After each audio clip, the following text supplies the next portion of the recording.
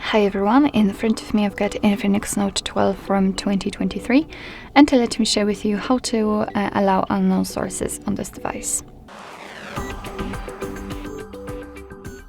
So first of all we have to enter the settings, and then let's scroll down to find App Management.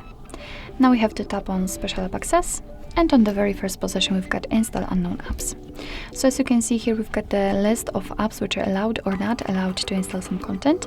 So of course we can change it. Let me pick Chrome, so tap on it and tap on the switcher. After getting back, you can see that the Chrome is right now allowed to install something. Be aware that you're doing it on your own responsibility. Some third-party apps aren't verified by the developer, so you may put your data and actually whole device at risk, so remember about that and choose the apps wisely. Of course, it will work the same with all other apps, and if you want to turn it off, so you want to remove previously granted permission, just enter and tap on the switcher. And as you can see, the Chrome is not allowed to install anything. Alright, so basically that's all. This is how to allow unknown sources in your INFINIX Note 12 from 2023. Thank you so much for watching. I hope that this video was helpful, and if it was, please hit the subscribe button and leave the thumbs up.